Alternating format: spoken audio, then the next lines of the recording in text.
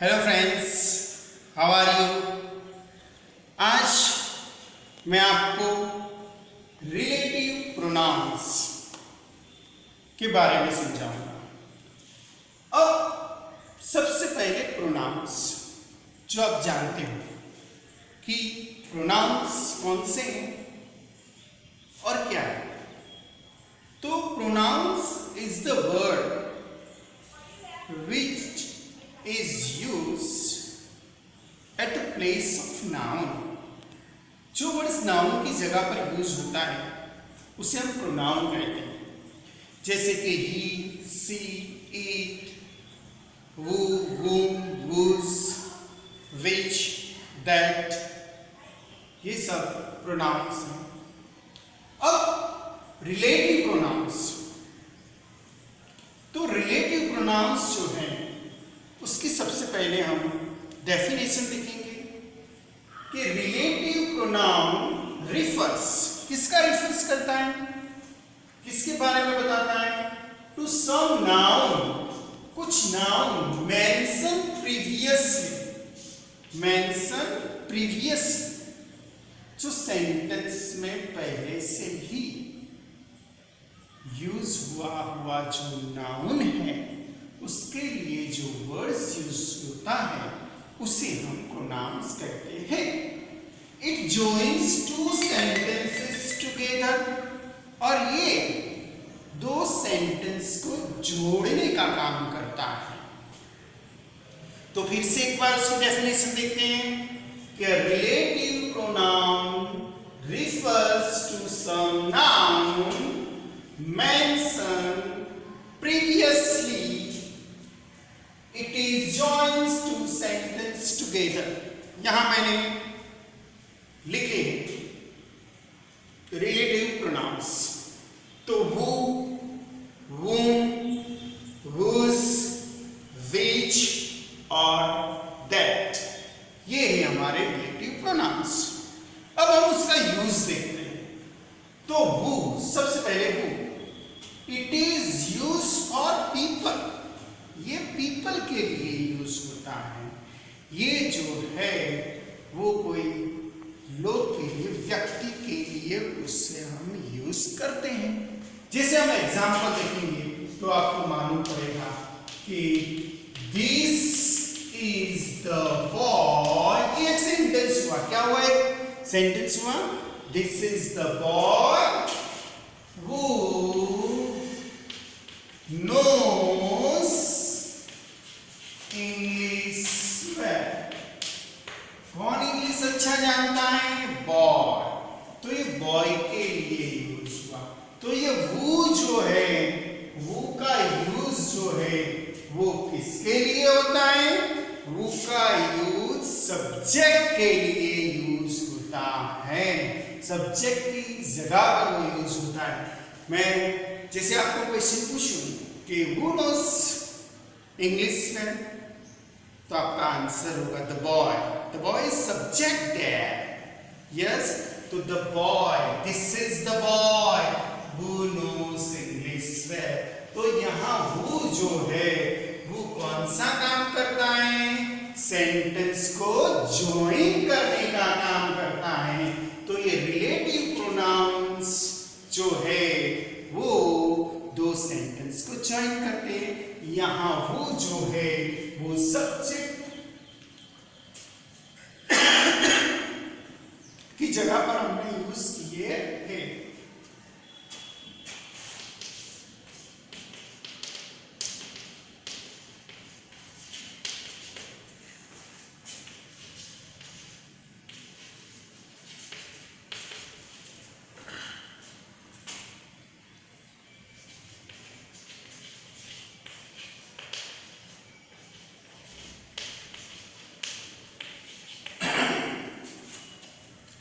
This is the girl, this is the girl। ये वो लड़की है। कौन सी लड़की?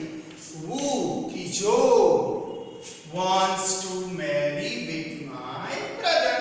तो यहाँ जो वो है वो का यूज हुआ है, और वो जो है वो कनेक्टिव है। यहाँ वो रिलेटिव प्रोनाउंस हुआ जिसमें दो सेंटेंस को ज्वाइन किया है। तो आपको समझ में आ गया होगा वो कैसे यूज करते हैं कि ये हम ऐसा भी कह सकते हैं कि this is the man who always helps me. This is the teacher who teaches me English. तो इस तरह हमने वो का यूज देखा।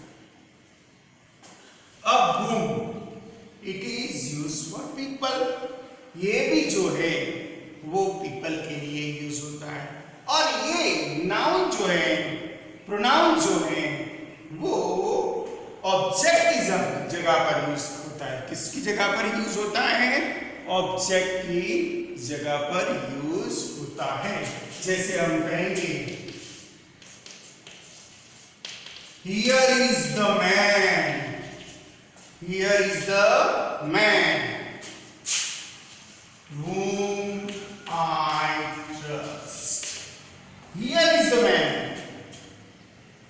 whom I trust. यहां वो इंसान है, कौन सा? whom, जिसको, जिस पर मुझे विश्वास है। तो समझ में आ गया होगा कि here is the man whom I trust। या whom जो है वो रिलेटिव प्रोनाउंस हुआ और यहाँ पर उसमें जो दो सेंटेंस है वो दो सेंटेंस को जोड़ने का काम किया है।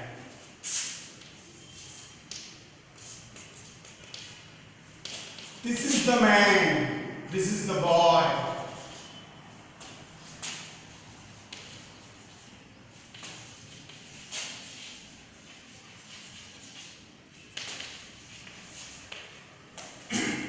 This is the boy whom everybody loves. बराबर, जिसको सब चाहते हैं। तो यहाँ whom का यूज हुआ और whom जो है वो whom रिलेटिव प्रोनाउंस हुआ। तो आपको समझ में आ गया होगा who और whom जो है who है वो सब्जेक्ट की जगह पर यूज होता है, whom जो है वो ऑब्जेक्ट की जगह पर यूज होता है। Next whose, it is used to show ownership. Ownership जिसे हम पोजीशन कहते हैं। पोजीशन के हमने देखे थे, आपको मालूम हो तो पोजीशन जो बताने के लिए, ऑनरशिप बताने के लिए यहां पर whose का यूज होता है। जैसे कि राज इज अ बॉय। राज कौन है? Raj is a boy.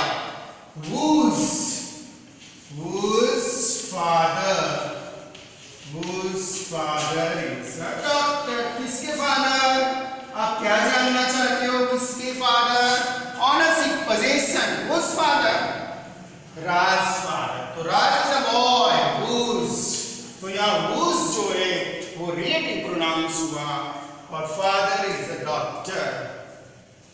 Second sentence, Rani is a girl whose mother helps us in study. Yes, what is here? Here is a Rani. Rani is a girl. Whose mother? Whose mother? Rani's mother. Possession is, किसका position दिया गया है? रानी का। रानी जो है, रानी के mother की बात की गई है। तो रानी is a girl whose mother helps us in study। तो ये दो सेंटेंस हमने देखे जिसके अंदर रिलेटिव प्रोनाउंस whose यूज हुआ है और ये जो whose है वो ऐसा कनेक्टिंग यूज होता है यहां पर सेंटेंस में। Next which, it is used for things or animals। ये जो प्रोनाउंस है वो कोई चीज के लिए यूज होता है, वो कोई एनिमल्स के लिए यूज होता है। जैसे हम यहां सेंटेंस लिखें कि this is a pen, this is a pen which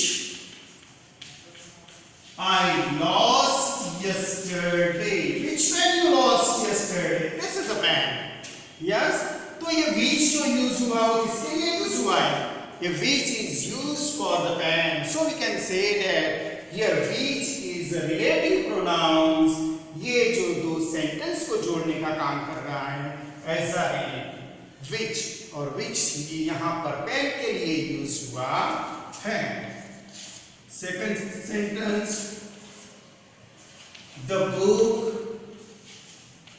which you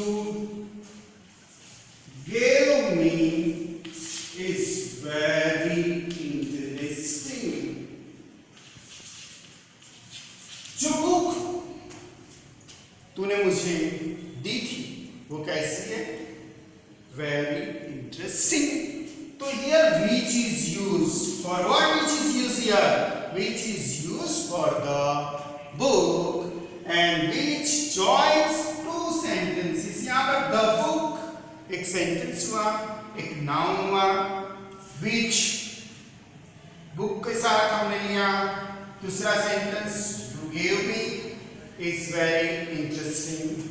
तो यहाँ पर पूरा सेंटेंस बना the book which you gave me is very interesting.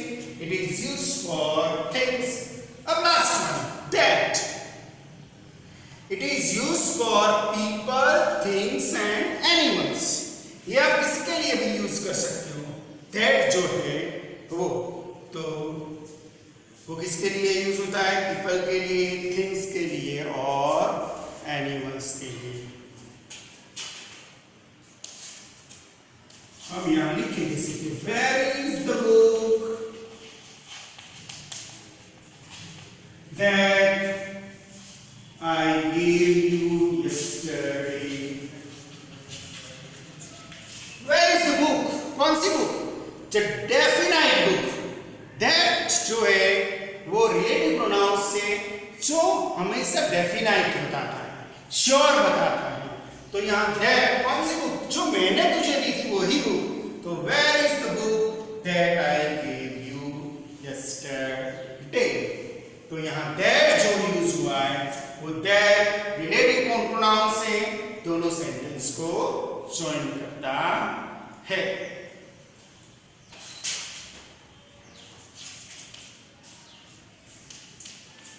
This is the only boy.